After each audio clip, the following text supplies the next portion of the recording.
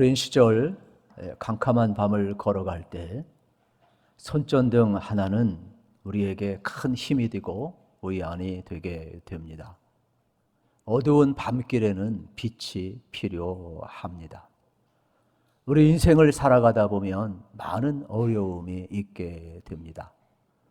그때 여러분, 우리는 어떻게 우리 인생의 고난과 문제를 풀어가야 할까요? 시인은 인생의 많은 고난과 어려움, 어둠이 왔을 때 하나님의 말씀이 빛이었고 길이었음을 경험했습니다. 그래서 오늘 본문을 통하여 여전히 어려움 가운데 있는 사람들, 갈 길 몰라 방황하는 사람들, 인생의 문제를 어떻게 풀지 모르는 사람들, 고난에 직면한 우리 인생들을 향하여 여호와의 말씀은, 주의 말씀은 바로 빛이고 틈불이라고 우리에게 전해주고 있는 겁니다. 저는 오늘 여러분들과 중심잡기 시리즈 세 번째 시간을 통해서 말씀의 길이 있습니다라는 귀한 제목을 함께 나누려고 합니다. 오늘 주신 말씀이 여러분의 인생의 길이 되고 빛이 되기를 축복합니다. 원래 히브리서 119장은 여러분 아주 독특한 내용을 담고 있지요. 히브리어 알파벳이 22개입니다. 그런데 이 22개 알파벳에 첫 자를 따서 8절씩 여러분 운을 띄워서 시를 지은 것이죠. 시인이 얼마나 하나님을 사랑했던지 여러분 시편 119편은 이렇게 우리나라 가나다서 영어로 A부터 Z까지 운을 딱 띄워서 여러분 그 단어로 8절을 채워서 119편이 완성이 된 겁니다. 오늘 105절부터는 14번째의 히브리어가 시작이 되는 거예요. 눈이라는 단어부터 시작이 되는 내용이 되겠죠. 우리 105절부터 112절을 같이 한번 읽겠습니다. 시작. 주의 말씀은 내 발의 등이요 내 길의 빛이니이다. 주의 의로운 규례들을 지키기로 맹세하고 굳게 정하였나이다. 나의 고난이 매우 심하오니 여호와여 주의 말씀대로 나를 살아나게 하소서. 여호와여 구하오니 내 입이 드리는 자원제물을 받으시고 주의 공의를 내게 가르치소서. 나의 생명이 항상 위기에 있사오나 나는 주의 법을 잊지 아니하나이다. 악인들이 나를 해하려고 올무를 놓았사오나 나는 주의 법도들에서 떠나지 아니하였나이다. 나의 증거들로 내가 영원히 나의 기벌 삼았사오니 이는 내 마음의 즐거움이 되매니이다. 내가 주의 율례들을 영원히 행하려고 내 마음을 기울였나이다. 아멘. 여러분 인생길 걸어가다가 힘드시면 저는 시편 119편을 권하고 싶습니다. 이 말씀을 다시 한번 찾아가십시오. 다시 한번 붙으십시오. 다시 한번 읽으십시오. 여러분에게 안내서가 될 것이고 고난을 넉넉히 이길 수 있는 길이임을 우리는 다시 한번 확인하게 될 것입니다. 잠언 14장 12절에 보면 이렇게 기록되어 있습니다. 어떤 길은 사람이 보기에 바르나 필경은 사망의 길이니라. 이게 무슨 내용일까요? 사람들은 다 자기가 옳다고 생각하고 판단하고 가치관대로 살아갑니다. 그런데 문제는 내가 옳다고 한 그 길이 사망의 길입니다. 망하는 길입니다. 이게 문제가 되겠죠. 내가 옳은 길이 옳고 결과가 보게 되면 얼마나 좋겠습니까? 그런데 성경은 필경, 우리가 바른 길 같지만 그 길이 사망일 수 있다라고 이야기를 하는 것입니다. 그렇기 때문에 오늘 우리는 바른 길을 걷고 복된 길을 걸어가기 위해서 우리의 기준이 필요합니다. 나의 가치관, 주변 사람들의 권고, 세상의 기준점, 여러분 그것이 필경 사망의 길이라면 우리는 그 길을 가면은 안 되겠지요. 그래서 시인은 사망의 길이 아니라 생명의 길, 진리의 길, 빛의 길, 어둠의 길이 아니라 빛의 길을 걸어가라고 오늘 본문을 통하여 우리에게 권고하고 있는 것입니다. 삶에는 등불이 필요합니다. 우리의 삶을 바르게 이끌어갈 말씀의 빛이 필요하고 있음을 발견하게 되는 겁니다. 그래서 어두운 길을 걸어가다가 하나님의 말씀을 통하여서 빛을 발견하고 등불의 인도를 받은 시인이 오늘 105절, 106절에서 다시 한번 이렇게 강조를 하는 겁니다. 주의 말씀은 내 발의 등입니다. 내 길의 빛입니다. 주의 의로운 규례들을 지키기로 맹세하고 굳게 정하였습니다. 시인이 고백을 하고 있는 것이죠. 우리 인생길에 여러분, 빛은 어둡기 때문에 필요한 겁니다. 어둡지 않다면 빛이 왜 필요합니까? 세상은 어두운 겁니다. 그렇기 때문에 빛이 필요한 겁니다. 오늘 주신 이 말씀 우리는 잘 새겨야 되겠습니다. 여기 주의 말씀이 내 발의 등이라는 말은 우리 인생길 걸어가는 동안 여러분 어두움이 있다는 전제를 의미하게 되겠습니다. 실질적으로 여러분 빛이 있기 전에 어둠이 있었죠. 우리 창세기에 보면 여러분 땅이 혼돈하고 흑암이 어둠 가운데 있었을 때 하나님의 빛이 있으라 말씀에 빛이 있었던 것을 기억을 하셔야 돼요. 그러니까 세상은 어두운 겁니다. 그래서 예수님께서는 나는 세상의 빛이라 이야기했습니다. 예수님이 이 땅에 빛으로 오셨단 말이에요. 그러므로 여러분들이 예수님을 모시고 예수님을 믿고 예수님을 따라 살아야 어둠 가운데 거하지 않을 수 있음을 명확하게 성경은 이야기를 하고 있는 것입니다. 어두울 때에는 빛이 필요하지 돈이 아님을 알아야 되겠습니다. 내 발은 인생의 여정을 의미합니다. 여러분, 우리 속에는 빛이 없어요. 그래서 예수님을 모시지 아니하면 마치 우리 인생의 여정은 뭐냐? 등불은 있는데 꺼진 등불과 똑같아요. 우리 인생길을 걸어가면서 여러분 하나님의 말씀이 등불이고 여러분 빛이라고 말씀하고 있습니다. 비행기 조종사들의 경험을 들어보면 비행 중에는 여러분 태양빛이 너무 빛나가지고 이게 앞을 볼 수가 없어요. 그래서 발견한 게 공군에서 선글라스를 발견한 거예요, 여러분. 놀라지도 않아요, 그냥. 참 아주 사소한 곳에서 이런 게 다 발명이 되는 겁니다. 그런데 이 조종사들의 경험에 의하면 어느 때는 이게 하늘인지 이게 바다인지 너무 푸르니까 분간이 안 된다는 거예요. 그래서 하늘인 줄 알고 바다에 빠지는 경우가 있어요. 그러면 분간을 못 될 때 반드시 자기 경험, 아무리 베테랑 조종사라 할지라도 자기 경험을 의지하면 안 된다는 거예요. 첫 번째 원리는 계기판을 봐야 된다는 겁니다. 그래야만이 고도가 어디 있는지, 이게 바다인지 하늘인지 구분을 할 수가 있다라고 이야기를 합니다. 우리 인생길 가다 보면 내가 바르게 사는지 내가 그르게 사는지 판단이 안 쓸 때가 있어요. 여러분, 그때 우리는 계기판을 봐야 돼요. 계기판이 뭐예요? 여러분, 하나님의 말씀 아니겠어요? 그런데 우리가 성경을 읽지 않고 말씀을 우리 마음속에 담지 않으면 어떻게 계기판을 볼 수 있겠어요? 그냥 추락하고 그냥 등은 있지만 불이 꺼진 인생으로 살 수밖에 없지요. 우리 삶에 이렇게 주의 말씀, 율례가 있어야 됨을 우리에게 일깨워 주고 있습니다. 시인의 상황을 보면 107절에 고난 가운데 있음을 이렇게 표현합니다. 나의 고난이 매우 심하오니 여호와여 주의 말씀대로 나를 살아나게 하소서. 고난 없는 인생이 어디 있겠어요? 맨날 파도처럼 밀려오죠. 그런데 내 힘으로 고난을 극복할 수 없다는 데 문제가 있습니다. 그래서 시인은 여호와여 주의 말씀으로 나를 살아나게 하소서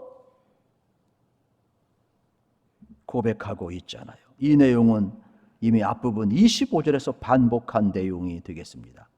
25절에 보면 자기 영혼이 진토에 붙었다라고 고백하면서 주의 말씀대로 나를 살아나게 해달라고 간구하고 있어요.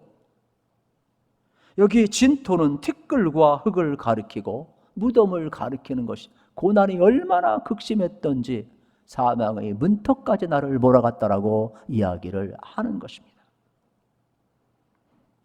시편 기자는 견딜 수 없는 고난 속에서 포기하지 않고 하나님의 말씀대로 살아나게 해달라고 간구하고 있는 것입니다.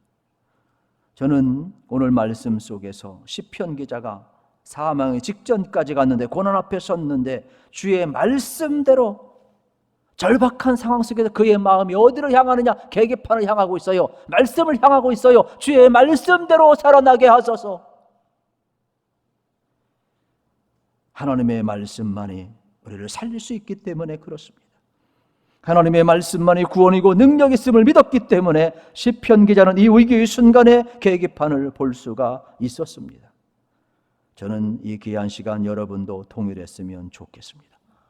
하나님의 말씀을 담는 자, 하나님의 말씀을 의지하는 자, 하나님의 말씀을 향하는 자, 그 말씀이 여러분이 말씀을 붙들지만 사실은 말씀이 여러분 붙든다는 것을 잘 알고 있잖아요. 우리가 붙드는 것이 무엇이다? 그것이 내 인생을 붙들 겁니다. 기왕이면 영원한 것을 붙드십시오. 하나님의 말씀은 사라지지 않습니다. 영원한 것입니다. 세상 것은 사라집니다. 사라지지 않는 영원한 것을 붙드셔서 하나님의 말씀이 여러분의 인생을 붙드는 축복을 꼭 누리시기를 축복합니다. 109절 말씀을 보십시오. 나의 생명이 항상 위기에 있사오나 나는 주의 법을 잊지 아니하나이다. 항상은 늘 있죠. 위기가 늘 있다는, 고난이 늘 있다는 겁니다. 우리 인생을 이야기하는 것이죠. 다 각자 맞는 인생의 위기가 있어요. 다 아픔이 있어요. 파도는 항상 여러분 일렁거리고 있음을 우리가 알아야 되겠습니다. 그런데 뭐라고 이야기합니까? 시편 기자는 이야기, 나는 주의 법을 잊지 아니하나이다.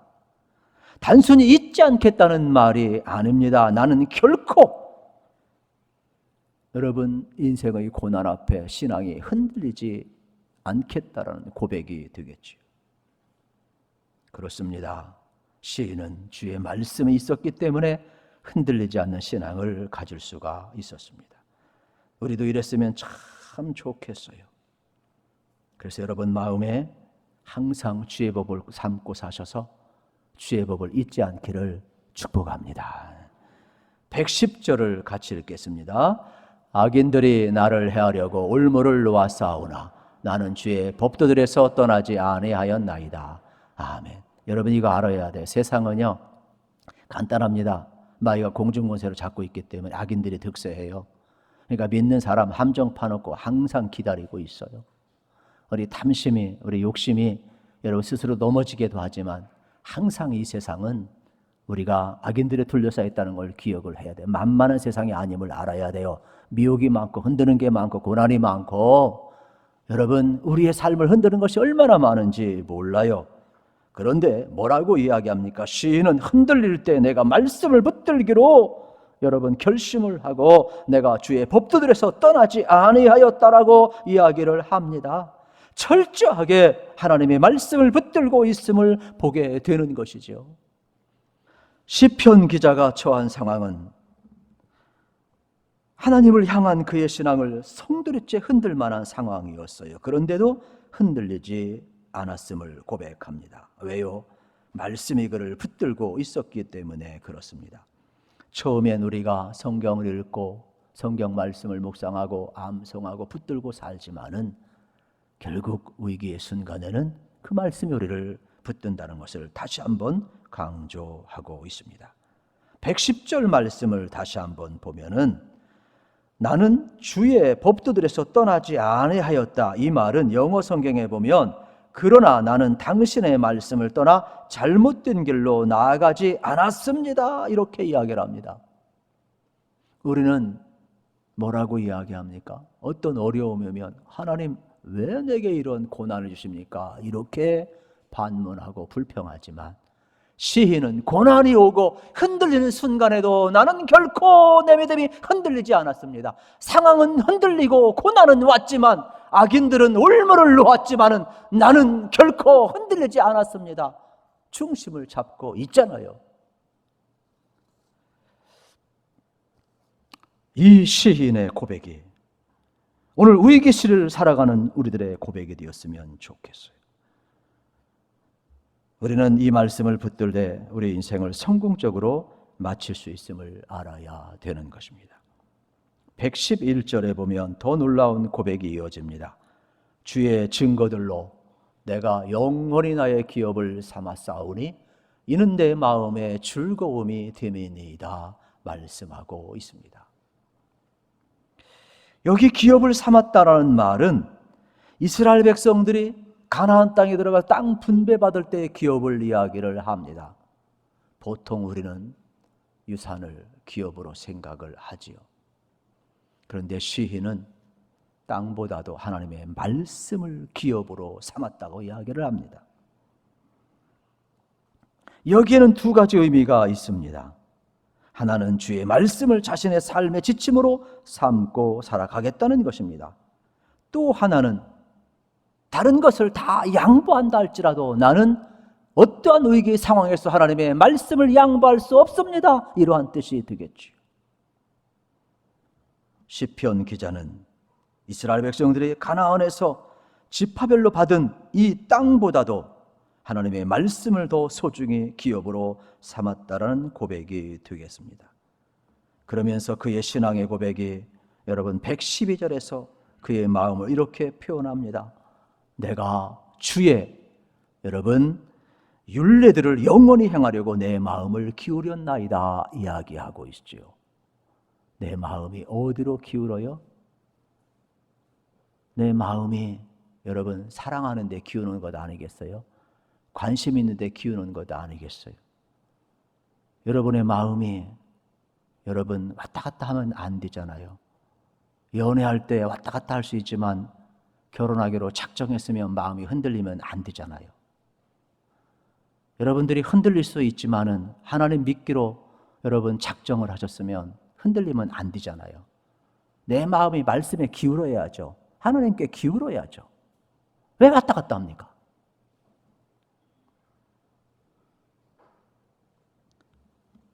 내 마음이 정해졌다 이런 뜻이 되겠죠.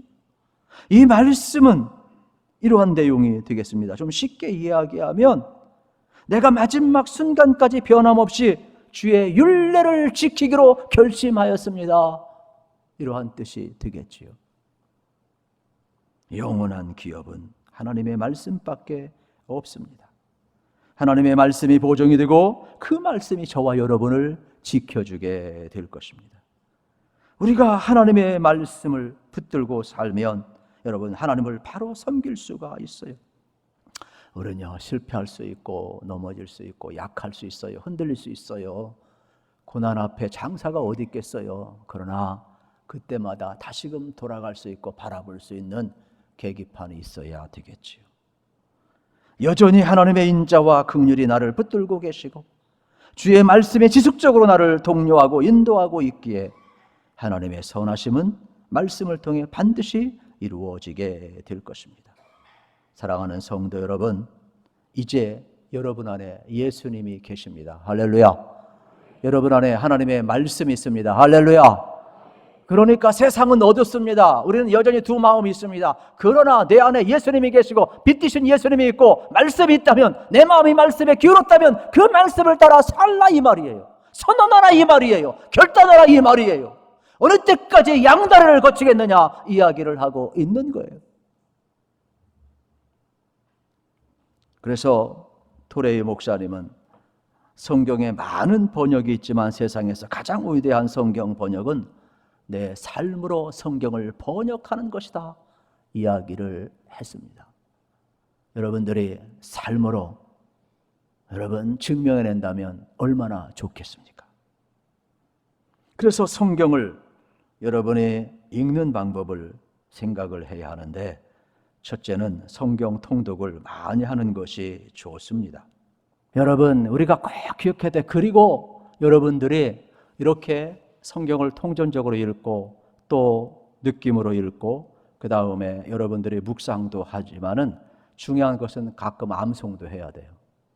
왜냐하면 하나님의 말씀을 내 마음밭에 새기지 않으면 불씨가 없어요.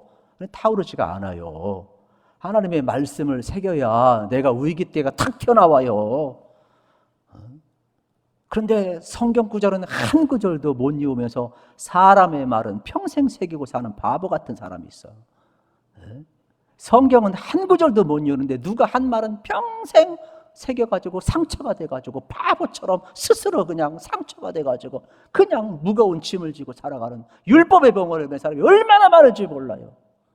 주님 뭐라고 그래요? 제발 그러지 마라. 수고하고 무거운 짐 진 자들아, 다 내게 좀 오라. 좀 내려놓으라. 왜 사람의 말에 율법의 병에 매가지고 상처를 받고 있느냐 이 말이에요. 지금 제가 축복합니다. 여러분, 사람의 말, 상처, 수고의 짐 예수의 이름으로 지우십시오. 여러분, 하나님의 은혜를 새기시기를 축복합니다. 하나님의 한 말씀만이라도 새겨보고 암송해 보세요. 그 말씀이 얼마나 파워풀한지 몰라요. 내 심령을 치유하고 내 영혼을 살리고 내게 자유를 주고, 오늘 여러분 하나님의 뜻대로 살아가는 강력한 힘이 말씀에 있음을 우리가 경험해야 될 것입니다. 그러기 위해서 지난주에 했던 말씀 기억해야 돼요. 우선순위를 정하고 가지치기해서 시간 관리해야 돼요. 그래야 성경도 읽고 여러분 묵상도 할 수가 있고 암송도 할 수가 있어요. 시간 가지치기 안 하면 할 수 없어요. 우선순위를 두어야 되는 것이죠. 그리고 주일 예배는 반드시 교회 와서 영적인 집밥을 꼭 먹으시기를 축복합니다. 성경책을 넘기는 소리가 내 영혼을 살리는 소리입니다. 따라서 합시다. 성경책을 넘기는 소리가 내 영혼을 살리는 소리다. 할렐루야. 여러분의 삶에 항상 성경 읽는 소리, 성경책 넘기는 소리가 들렸으면 좋겠어요. 내 영혼이 살아나는구나. 얼마나 좋겠습니까? 우리 마음에 새겨야 될 말씀이에요. 세상은 우리 마음을 흔듭니다. 여러분, 넘어지지 않고 중심을 잡기 위해서 우리는 성경 말씀을 마음에 담아야 하는 것입니다. 그래서 113절부터 115절에 보면 항상 두 마음이 있는데 자신이 따를 것과 거부할 것을 명확하게 선포를 해야 돼요. 우리 같이 한번 읽고 끝나겠습니다. 시작. 내가 두 마음을 품은 자들을 미워하고 주의 법을 사랑하나이다. 주는 나의 은신처요 방패시라. 내가 주의 말씀을 바라나이다. 너희 행악자들이여 나를 떠날지어다. 나는 내 하나님의 계명들을 지키리로다. 아멘. 할렐루야. 내 마음은 둘밖에 없어요. 세상을 마음에 두든지 하나님을 마음에 두든지 아니면 양다리를 거치든지 이것밖에 없어요. 시인은 이야기합니다. 내 마음에 하나님을 두리라. 하나님의 말씀을 두리라. 두 마음을 가진 자들을 향하여, 악한 자들을 향하여, 세상을 향하여 단호히 선포합니다. 악은 내게서 떠날지어다. 나는 마음을 결정했고 주의 말씀이 내 발의 등이요 내 길의 빛이기 때문에 내 어두운 인생길 하나님의 말씀을 빛으로 삼고 살겠다. 내 마음은 이미 하나님의 말씀에 기울었다. 그러므로 두 마음을 향하여 선포합니다. 나는 하나님의 말씀을 내 마음에 두고 살겠다. 저도 그렇고 여러분도 그렇고 하나님의 말씀은 내 발의 등이요 내 길의 빛입니다. 우리 마음속에 담고 사는 것이 내 인생입니다. 그것이 입으로 나오고 삶으로 나오게 되어 있습니다. 행동으로 나오게 되어 있습니다. 여러분의 마음에 하나님을 담으십시오. 생명의 말씀을 담으시기를 축복합니다. 그래서 인생의 문제, 여러분 고난의 문제 무엇으로 풀 수 있습니까? 시인은 하나님의 말씀이 우리를 살린다라고 이야기를 하고 있어요. 이 말씀을 여러분 마음에 담고 말씀을 따라 살아가시는 복된 은혜가 있기를 축복합니다.